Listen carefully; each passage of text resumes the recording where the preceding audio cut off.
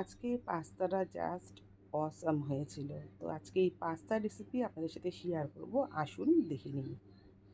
রয়েছে এখানে গাজর আর বিনস চপ করে কাটা, রয়েছে হচ্ছে পেঁয়াজ আর রসুন একসাথে চপ করে নিয়েছি। এখানে কিন্তু কালকে ভিজিয়ে রেখেছিলাম রাত্রিবেলা কিছুটা চিকেন ছাঁচের মধ্যে, তো সেটাই রয়েছে। ছাঁচ থেকে কিন্তু চিকেনটাকে তুলে রাখবো।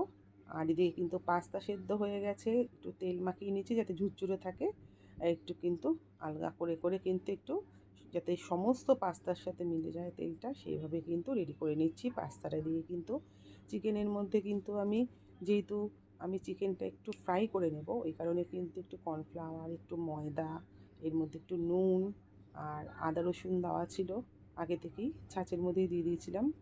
তো জাস্ট আমি একটু গোলমরিচের গুঁড়ো দিয়ে ভালো করে এখানে মেখে রেখে দেব চিকেনটা।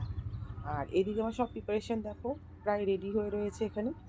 এবার আমি এক এক করে কিন্তু চিকেনগুলোকে কিন্তু হালকা করে ভেজে তুলে নেব। বেশি ডিপ ফ্রাই করব না, কারণ আমি কিন্তু চিকেন পাস্তা তৈরি করছি, আমি পাস্তাটার সাথে মিলিয়ে নেব, এই কারণে কিন্তু ডিপ ফ্রাই করব না, হালকা করে ভেজেই তুলে নেব।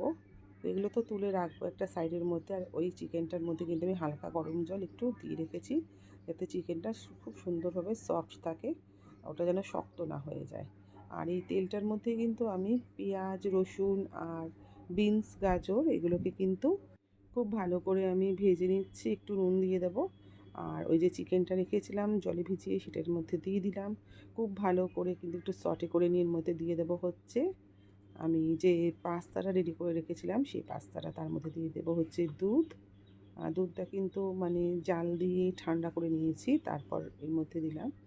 আর ভালো করে একটু নেড়ে টেড়ে নেব। তার মধ্যে দিয়ে দিচ্ছি হচ্ছে 1 চামচের মতন ময়দা, কিছুটা বাটার, চিজ আর মেয়োনিজ। আর তার সাথে দিয়ে দিলাম গোলমরিচের গুঁড়ো। বেশ সুন্দর কিন্তু একটা মাখো মাখো ভাব চলে এসছে।